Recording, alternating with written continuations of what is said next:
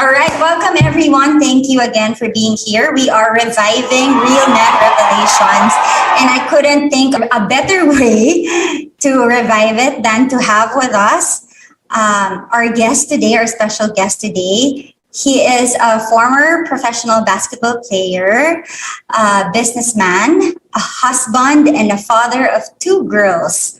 Let us all welcome. It's such a huge privilege to be with Chris Tiu today. Yay! Hello.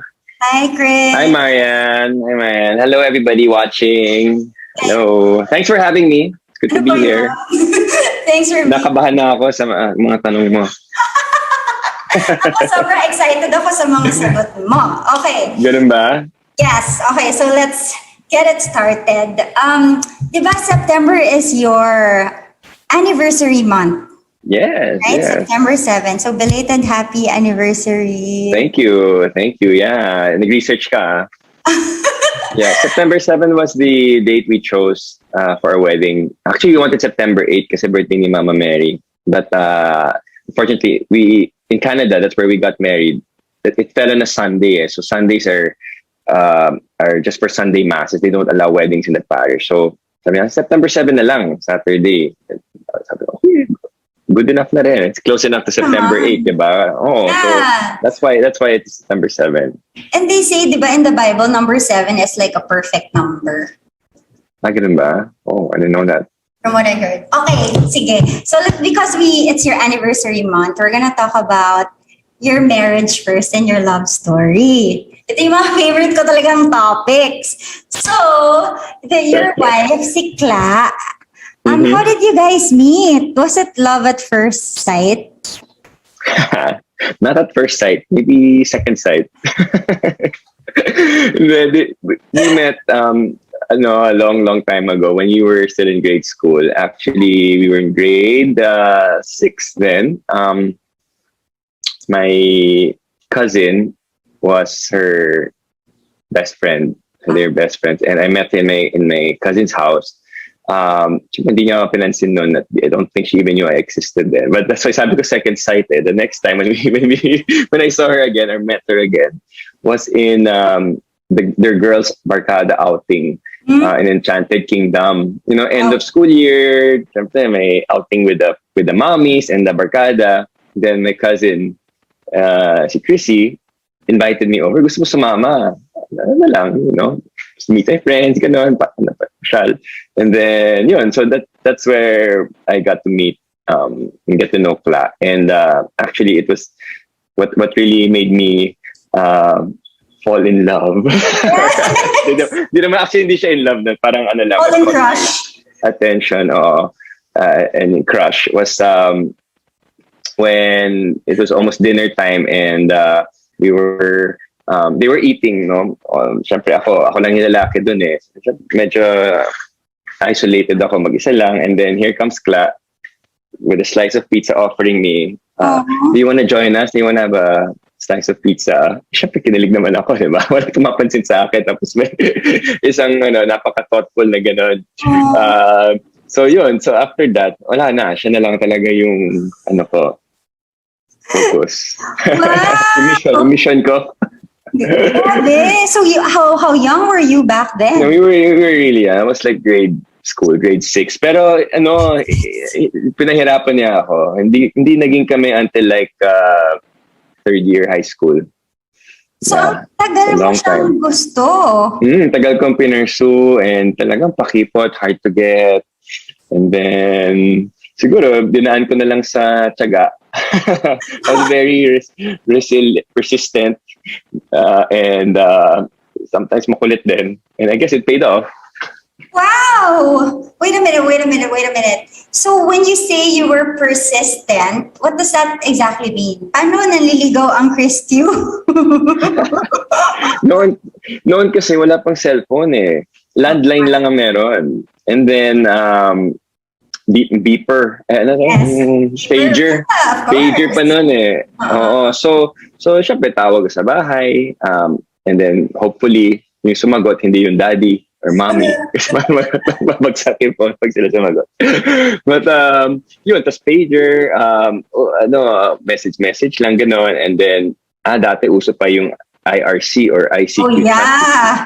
Abutan mo ba yun? Oo naman, kasi nga same batch tayo eh. Kasi pala tayo. No. So, yun, you never know when person's gonna go online or what, diba? Limited na ng internet. So, you're waiting there the whole day and hopefully mag-online. Wait, chat kayo konti. Mag-reply ng 1-2 lines, happy ka na, kilig ka na. Good lang. Oo. Sure, I'm sure you've been also meeting a lot of girls that time. Pero talagang yung focus mo sa kanya na. Until sinagot ka niya.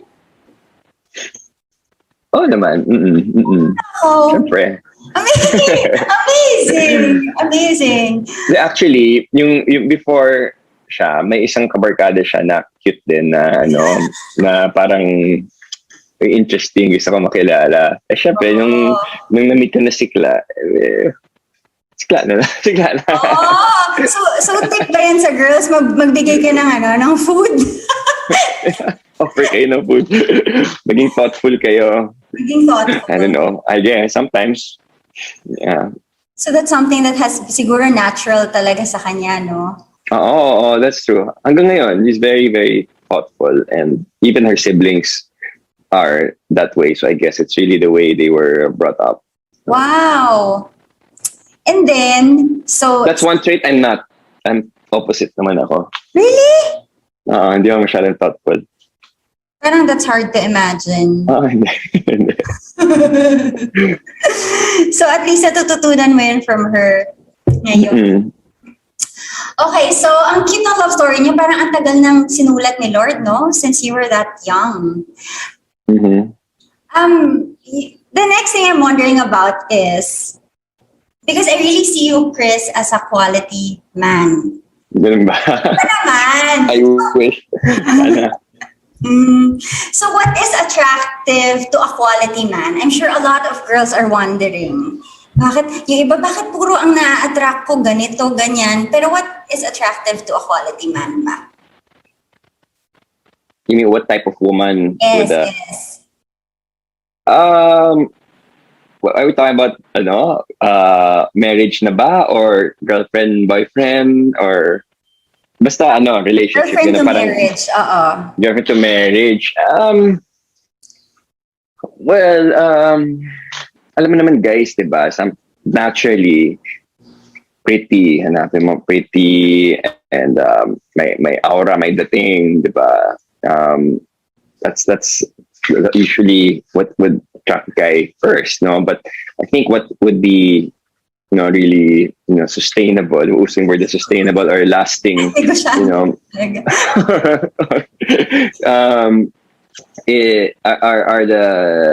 the values that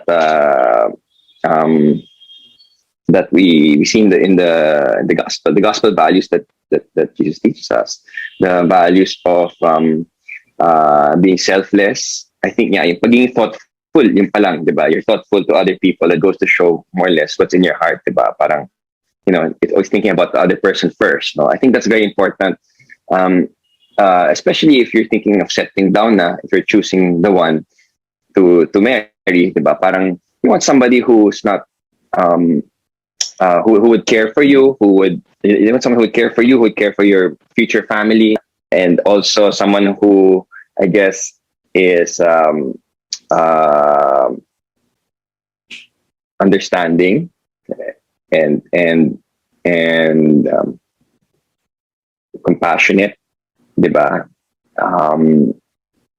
I think in the world that we live in now, where things are moving so fast, there's so many opportunities and things that that people want to do.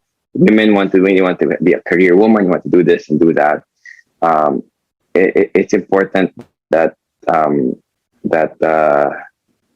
I guess if you're looking for a life partner, that you guys are on the same page and that your values are, somehow aligned, diba? Kasi if you have totally different sets of values, mahirap eh. Most likely, maraming away na cannot be resolved, diba? I mean, marriage, relationships, there'll always be conflicts naman eh. But yun nga, what it's important if you both have yung values, yung basic values that that you both kind of are instill or aligned kayo doon, then parang it's easier to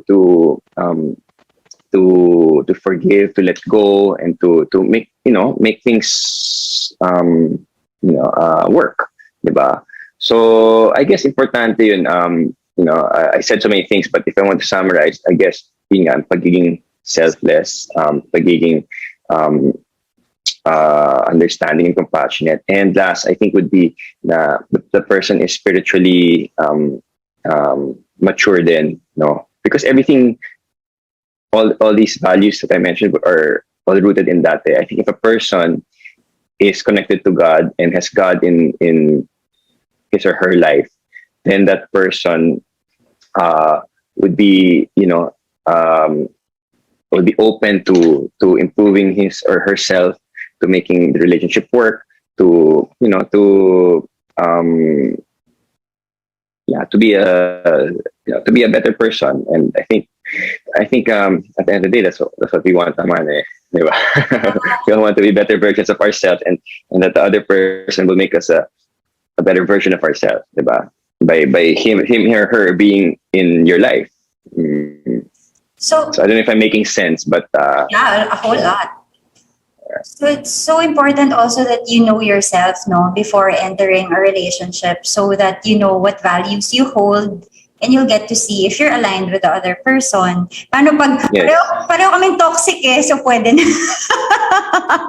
Pareho naman ang values. Negative times negative is positive naman eh. I don't know kung yung equation na yun applies sa relationship. I don't know. I think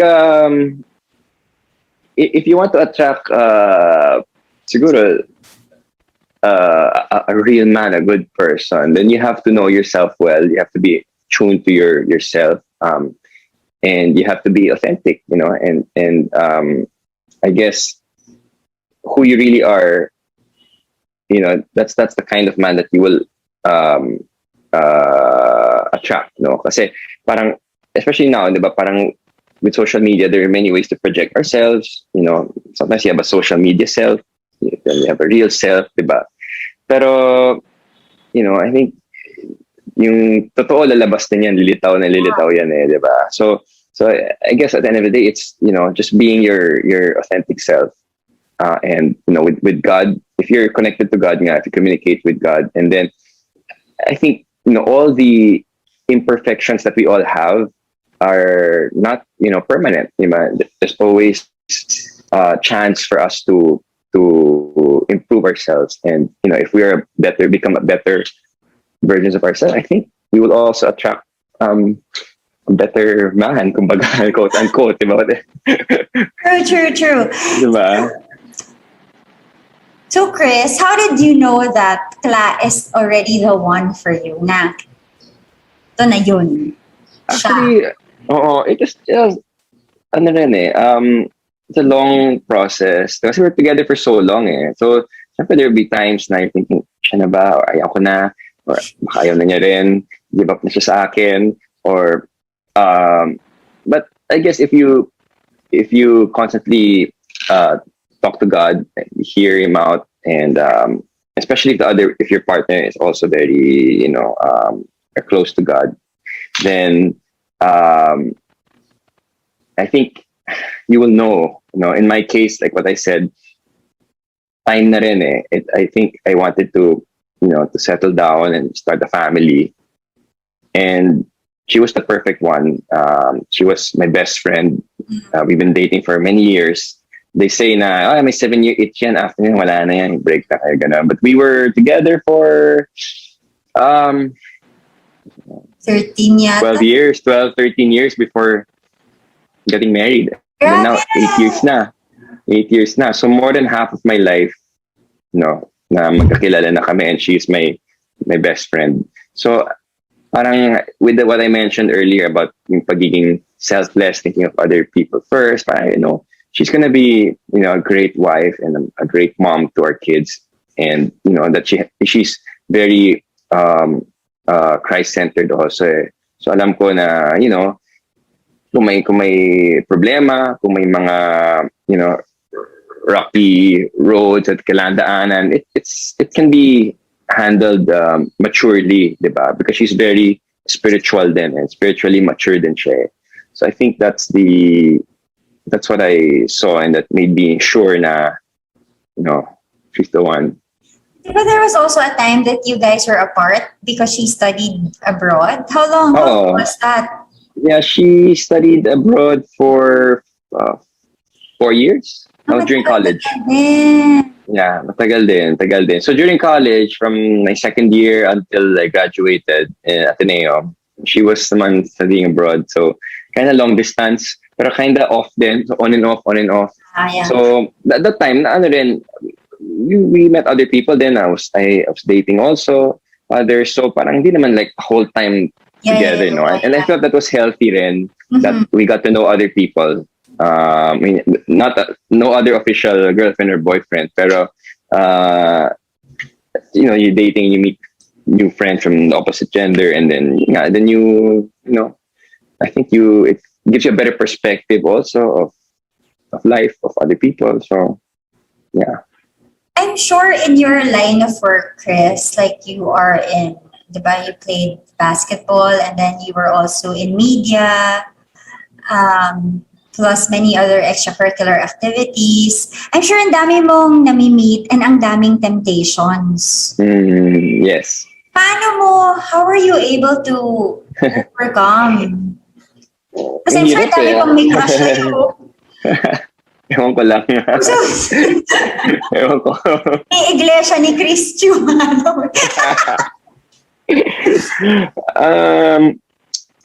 Well, until now naman, there's always temptations in different forms, no?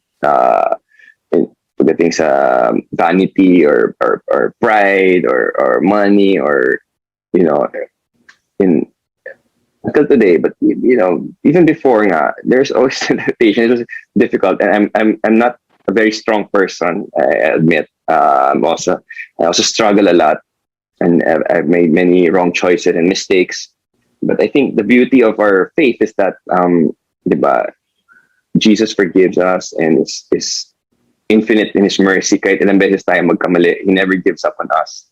Yeah. And as long as you keep on trying to do better and not to make the same mistake, and you're truly and sincerely sorry, He's always there to accept us back. And that's the beauty of our God, diba? So, but I guess one way is to avoid temptation is, you said it, avoid. The word is avoid. You preventive tayo than reactive is. If you can prevent a circumstance where you will be tempted, iwas ka na, di ba? Para, kasi human tayo, mahina tayo eh. Di ba? So, if you're gonna be put in a situation where it's gonna be an occasion of sin or occasion where you think you might do something that is not right, di ba? Then stay away, di ba? Or if there are people who might influence you to do immoral things or things that you believe is not correct, then you avoid, diba? So I guess that's my advice. So that's what you did before. Marami kang iniwasan. I tried. Yeah, not perfect. That's for sure. I made many mistakes, but yeah, what I realized is, it's hard if you're there. Matatempt ka talaga, and like I said, human tayo eh. Himigay tayo. So, hanggat maaari, iwasan nyo na yung sitwasyon. Yeah. But again, if you do make that mistake, it's not the end of the world. But correct. As I said, it's the beauty of our God. He's always there waiting for us to come back to Him. He's always there waiting to welcome us back.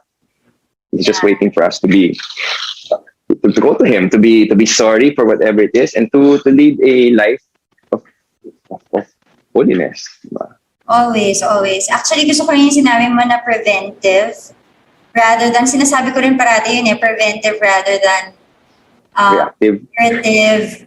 Kasi that's also what I'm trying to do for women. Sana, di ba, habang hindi pa namimili ng asawa, naayos na namin yung sarili namin, yung pagtingin namin sa sarili namin, and then eventually we can choose right. Hindi yung para, ay, bakit ito yung napangasawa ko? Ganun. Yeah, actually, not just in relationships, but I think in life, diba? In business books, I was reading, I forgot who said it, that the good leaders learn from his own mistakes, Yeah. but the great leaders learn from other people's mistakes and not make the same mistake. Diba? So why wait for you to make that mistake? If you hear stories of other people and you know that it's gonna be disastrous or toxic, and then diba? So ganun din siguro. Learn from others. People like you who are so open and who share your life, and and who really advocate these things.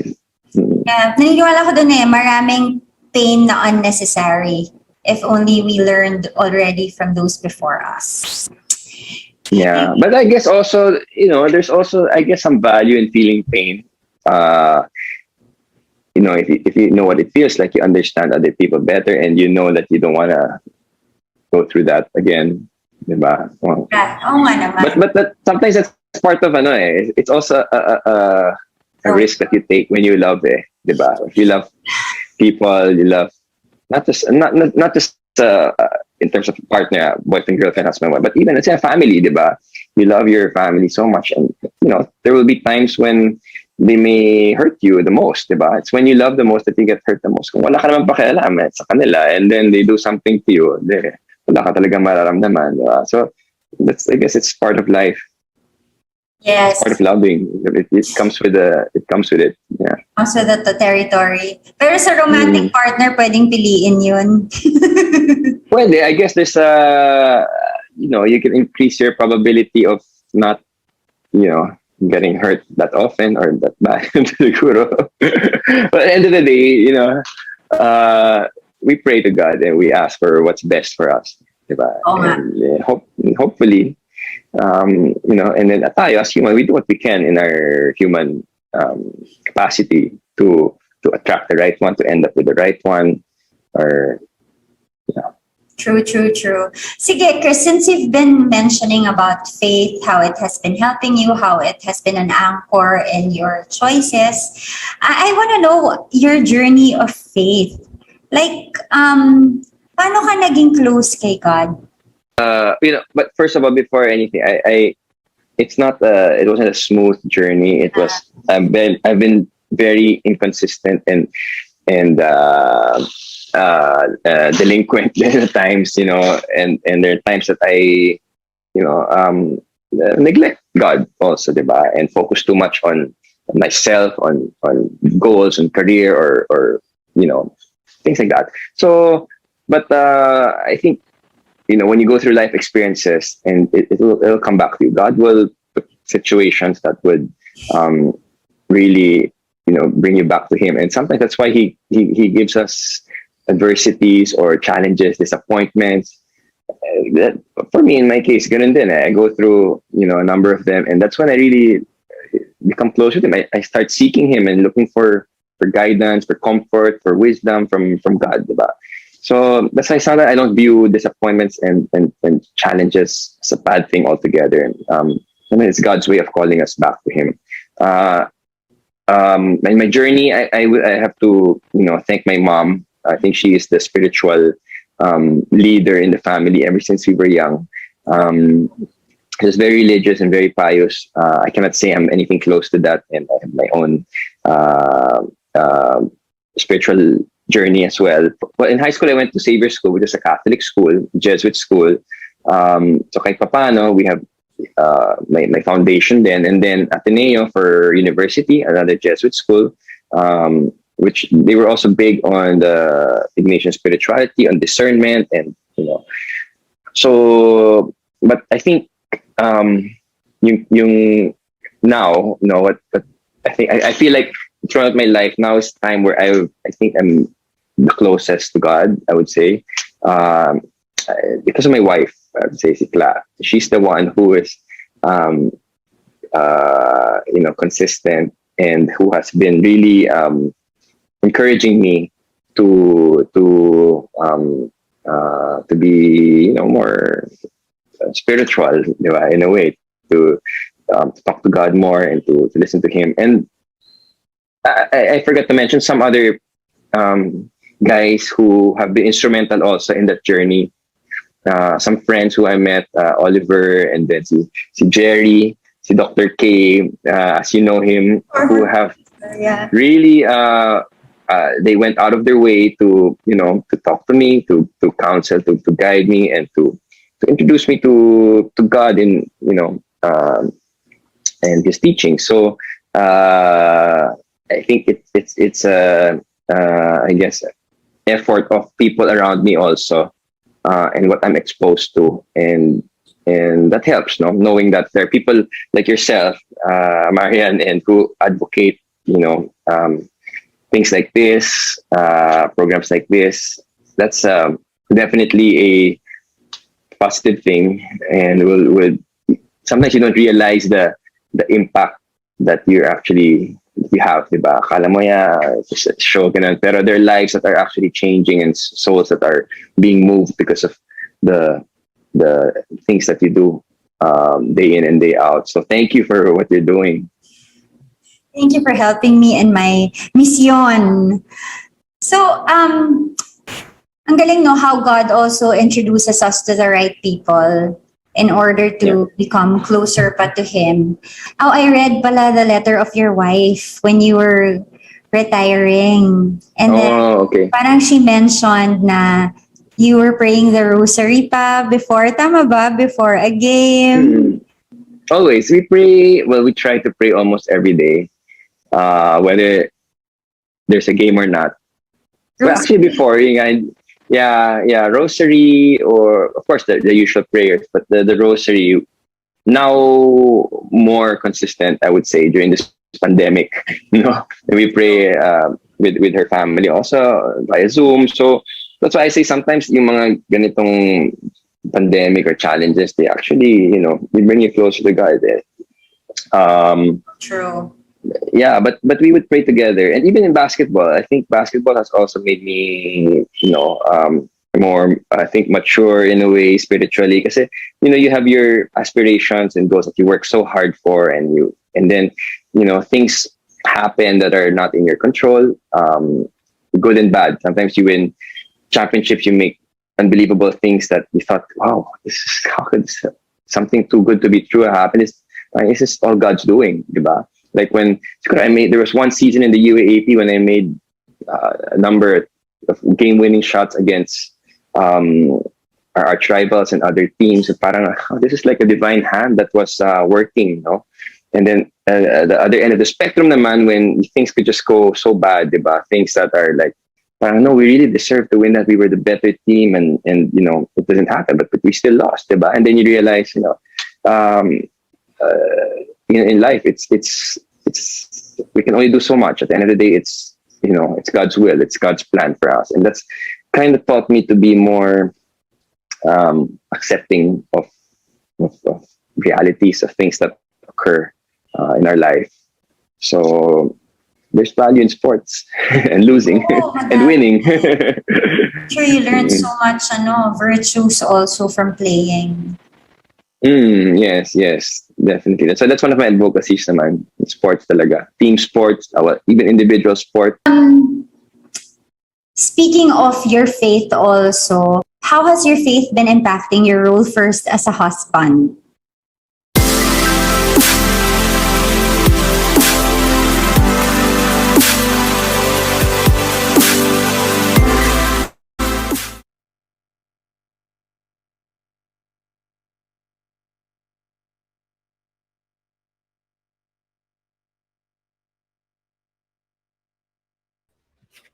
Hi guys, thank you so much for joining today. Yeah, thank you guys for being here. Thank you for your time. Hi Karina. Hi Ayesha, Leira, Juvie, Charisma, Graciela, thank you for tagging your friends. Erami, thank you for tagging your friends. O, diba? Siyempre, ang ingay sa bahay namin. Wait lang. Thank you, guys. Did you guys pick up something from that?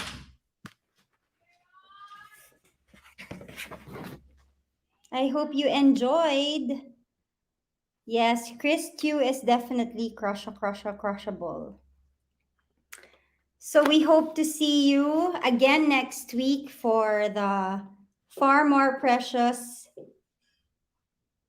I have a Far More Precious gathering next Saturday. So we will put the link below for that if you want to join us. It's going to be the last for now. And then I also have a 10 months program for single girls. So if you want to join us, we're going to post also